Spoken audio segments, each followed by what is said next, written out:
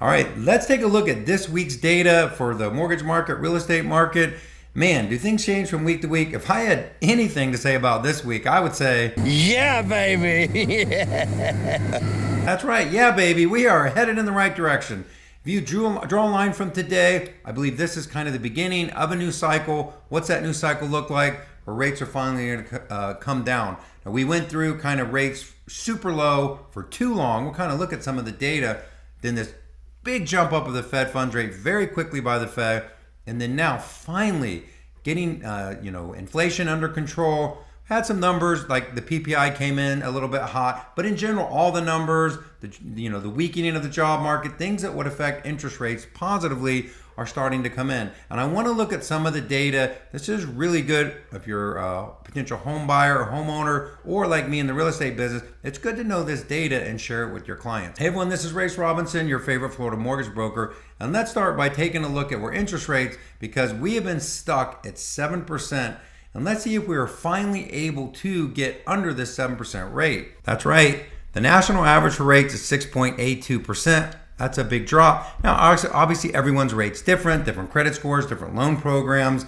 But I like to look at the same scale week after week to get a feel what the trend is.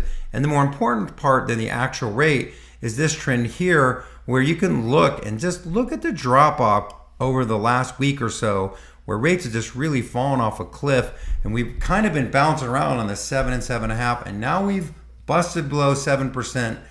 I believe to stay. We shall see. But if you look at what the Fed is saying, these guys. More importantly, Jerome Powell, this guy. They've been saying that they're data dependent. And what does the data say? Is that we need to start cutting rates. And a couple comments that I got from the Fed, or at least one. I'm not going to read you all their comments, but with the information received to date, which includes data on employment, inflation, GDP, and growth, I see it as likely that some policy adjustments will be warranted.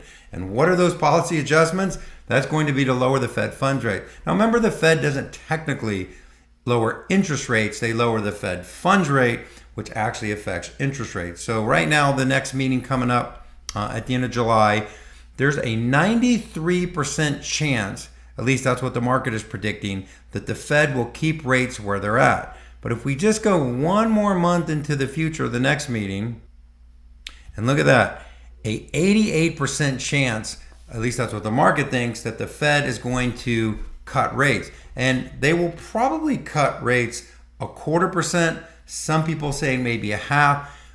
We don't know how soon. We definitely know they're going to cut it, in my opinion, over the next couple months, either this meeting or next. Some people saying it might be sooner rather than later.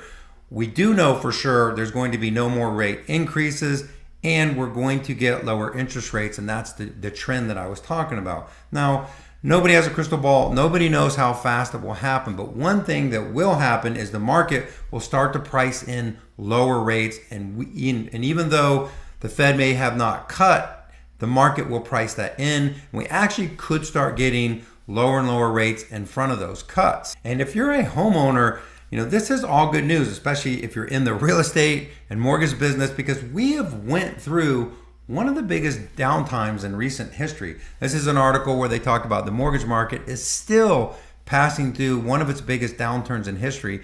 And they're basically referring to mortgage purchase applications. So these are the people that are applying for a loan. And look at this falling off of a cliff. This is going up through the recent years, and then slowly since really 2022, we have just dropped off a cliff. And this still has not really recovered.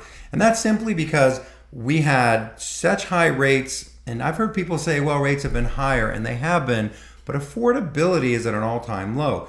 Even with all of that, we've had very, very little price softening. Some areas have seen a little bit of price softening, 1, 2, 3%.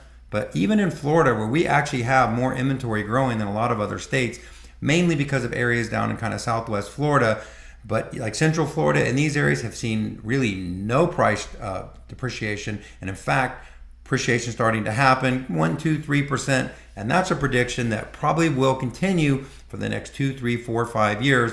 And that's across the board. Zillow, Moody's, CoreLogic, everyone predicting that. And why are they doing that? A couple stats that I thought were just amazing to me When you look at the amount of homeowners who have no mortgage, 38.5% of owner-occupied units without a mortgage is one of the highest that we've ever seen. That's 40% of people that own their home as a primary residence have no mortgage. And that's a lot to do with people that bought, prior to the pandemic.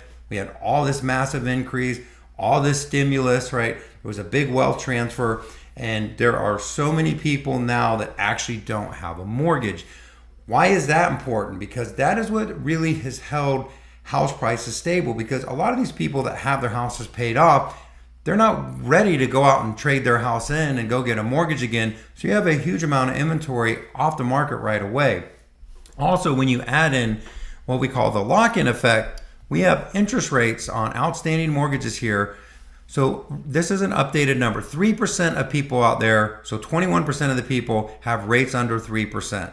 3 to 4%, 35% of the people, and under 4 to 4.9, 18.7. When you look at that number, that means 76% of the people have rates under 5%. That is also important because I've done lots of videos that at some magic number, there's so much pent up supply. We are not likely getting rates down at 3 or 4 or 5% anytime in the future, maybe never. The reason that we get 2 and 3% rates are usually for some kind of black swan or major financial event. So could it happen? Sure. But what we're likely to have happen is rates will settle down, and then sellers who realize, hey, I need more bedrooms, I need a bigger place, there's all this pent up supply. Those people are going to capitulate and say, you know what, we're going to trade this equity in, and those homes will start coming on the market. We have a lot of buyers who've been sitting on the sideline. I've been saying for so long, this is the golden time.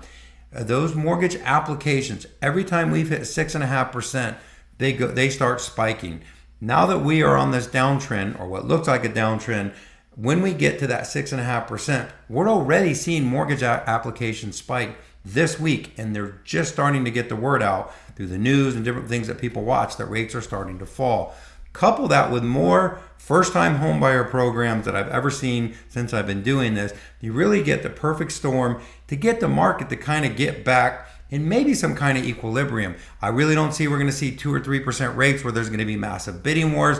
I also don't see you're going to get where you're going to get a massive amount of people that are going to jump in the market at the same time to buy homes. But I do think you do have pent-up demand, pent-up supply, and at some rate, somewhere between 6 and 6.5%, that starts leveling out. Good news is if you're a homeowner, there's no rush to sell your home, right? There was no big crash. I had a few friends that sold their house thinking there was going to be a big crash, and that was a mistake. If you sell your home, you're going to get a really good value for your house. It's still kind of a seller's market based on the number, but if you look at the trend, it is moving a little bit towards a buyer's number or a buyer's market. But I look at that trend to reverse as rates fall. So we will just see. But what I'm really excited about is we are at the beginning of a new cycle where we're going to see rates trickling down. We're going to see that pushing more buyers in the market. And I believe we will get down at some point, maybe at the end of this year, beginning of next year, where you're really going to see a lot of sellers saying, you know what, we're going to put this house on the market, trade in this equity, and move up and buy another house because we've been locked in at these low rates. So we'll pay attention to the data. Rates starting to go down, lots of programs, lots of opportunity if you're in the real estate and mortgage business. I think it's going to be a great end of the year. We're finally going to get maybe that tailwind I was talking about at the beginning of the year. Hey everyone, this is Rayce Robinson, your favorite Florida mortgage broker, and as more information becomes available that moves the market, I'm going to cover it right here. Have a great day, great week, and I'll talk to you soon.